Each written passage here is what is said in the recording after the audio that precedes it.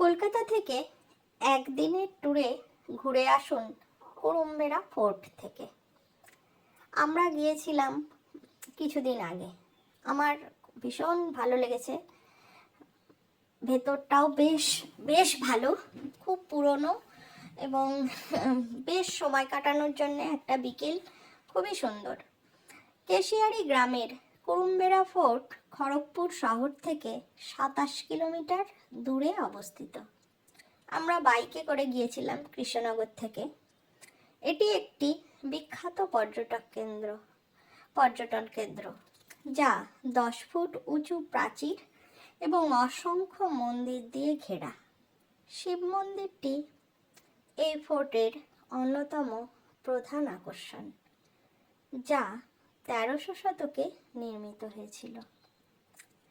যদি ইতিহাস আপনার পছন্দের বিষয় হয় এবং আপনি কুরুম্বেরা সম্পর্কে আরও জানতে আগ্রহী হন, তাহলে এখানে এসে শিখতে বা শেখার এই অভিজ্ঞতাটি খুব সুন্দরভাবে উপভোগ করবেন।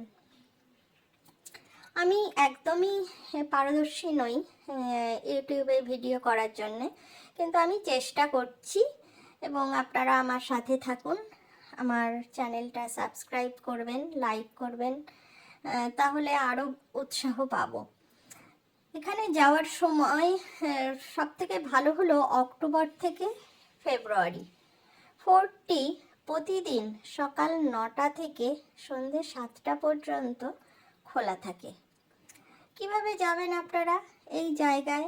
ভ্রমণের সেরা উপায় হলো খড়গপুর থেকে একটি গাড়ি ভাড়া নেওয়া এবং স্টেট হাইওয়ে 5 রাস্তা ধরে কেশিয়ারি পৌঁছানো। কেশিয়ারি থেকে গ্রামের মধ্য দিয়ে কাঁচা রাস্তা ধরে হাজিপুর পর্যন্ত যেতে হবে এবং কুকাই গ্রামের পথে গগনেশ্বর পৌঁছানোর জন্য দক্ষিণ দিকে যেতে হবে। গগনেশ্বর কেশিয়ারি থেকে আর মাত্র 4 কিলোমিটার দূরে। কেশিয়ারি খড়গপুর থেকে প্রায় 27 কিলোমিটার দূরে অবস্থিত।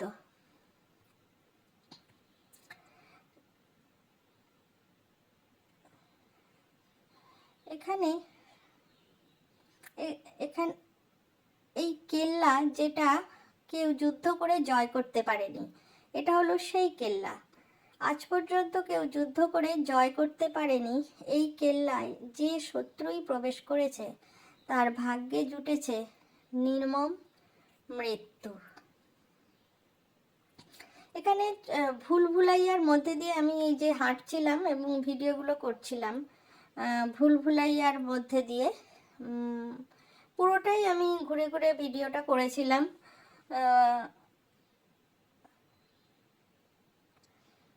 দেখুন দেওয়ালের কাজগুলো।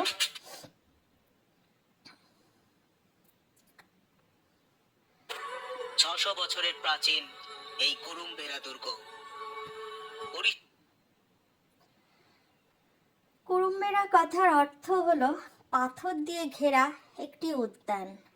উড়িষ্যার সূর্যবংশের রাজা গজপতি কপিলেন্দ্র দেবের শাসনকালে পশ্চিম মেদিনীপুরের এই গগনেশ্বর গ্রামে নির্মিত হয়েছিল কুরুম্বেরা দুর্গটি।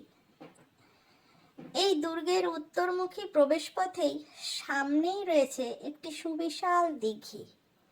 এই দুর্গে যে সৈন্যরা থাকতো তাদের প্রয়োজনীয় জলের চাহিদা মেটাতেই এই দিঘিটিকে খনন করা হয়েছিল, সেটাই কথিত আছে।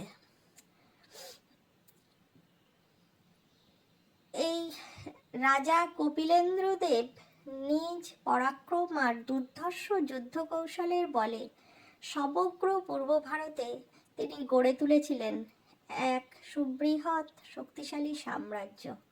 কৌতুক চিন্তামণি গ্রন্থে রাজা কপিলেন্দ্র দেবের কৃতিত্বের বহু কথা বর্ণিত রয়েছে। এরপর কপিলেন্দ্র দেব যখন সমগ্র পূর্ব ভারত জয় করে বাংলার মেদিনীপুর অঞ্চলে এলেন, তখন তিনি বাধা পেলেন স্থানীয় আঞ্চলিক হিন্দু রাজাদের দ্বারা। সময়টা তখন 1440 থেকে 41 খ্রিস্টাব্দের আশেপাশে। পশ্চিম মেদিনীপুর অঞ্চলের অধিকাংশ স্থান দখল করার পর রাজা কপিল দেব বাংলায় তারা আধিপত্য সুদৃঢ় করতে এই গগনেশ্বর গ্রামের নির্মাণ করেন কুরুমবেড়া দুর্গ।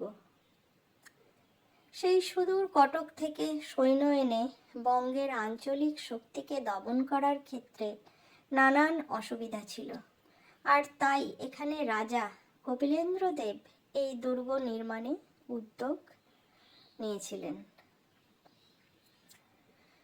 কখনো পাঠান আবার কখনো মুঘলদের দ্বারা বারংবার এই দুর্গটি হস্তান্তরিত হয়েছিল। দুর্গে প্রবেশের ডান দিকে ছিল একটি শিব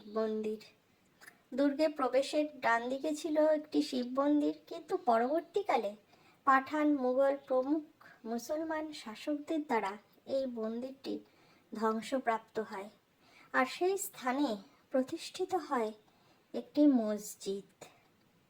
এমনকি মারাঠা দস্যুরাও একসময় এই দুর্গটিকে দখল করে নেন, আর এই সুরক্ষিত জায়গাটিতে তারা সেনা ছাউনি হিসেবে ব্যবহার করতে থাকেন। একদা এই গগনেশ্বর গ্রামে শিব মন্দির প্রতিষ্ঠা করে যে কুরুমবেড়া দুর্গের নির্মাণ করা হয়েছিল, তাই শেষ হয় 1691 খ্রিস্টাব্দে মোগল সম্রাট ঔরঙ্গজেবের রাজত্বকালে। 3 গম্বুজ বিশিষ্ট মসজিদ নির্মাণের মধ্য দিয়ে।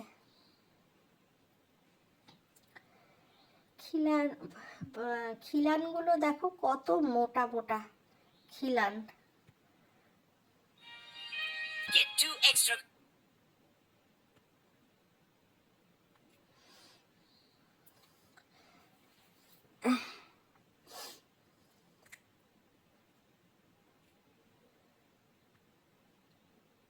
খবরটা শুনেছেন তো? করোনায়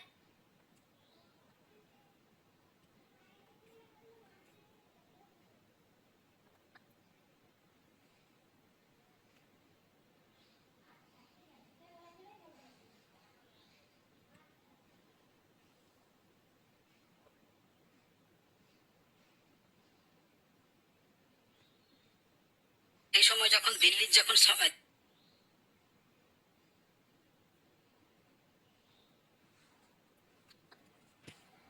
দেখুন, পুরোটাই আমি ঘুরিয়ে ঘুরিয়ে ভিডিওটা করার চেষ্টা করেছি। পুরো ফোর্টটাকে দেখিয়েছি। পুরো ফোর্টটাকে আমি অত কথা আমি এখনো শিখিনি। ভিডিও করার সময় কথা ফুরিয়ে যায়। যাই হোক, আমি যতটুকু পেরেছি একটু চেষ্টা করেছি আমার মতো করে করার।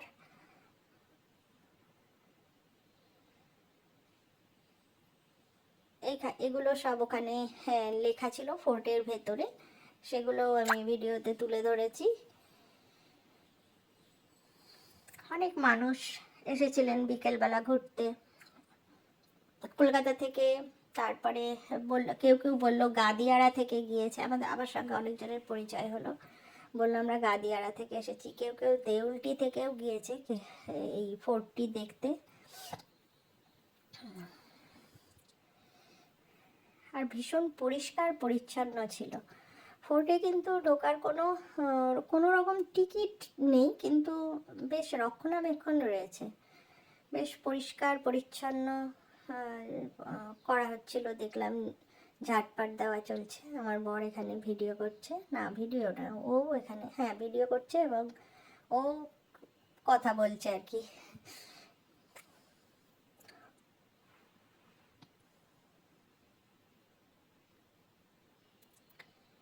এর ভেতরে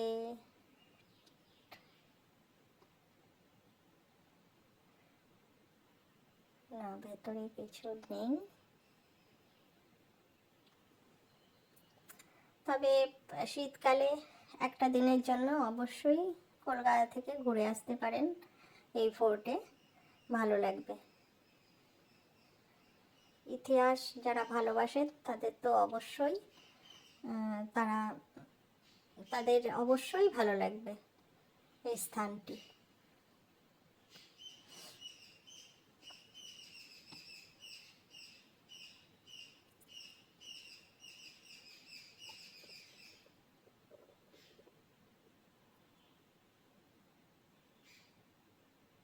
চলুন, বাই বাই, টাটা।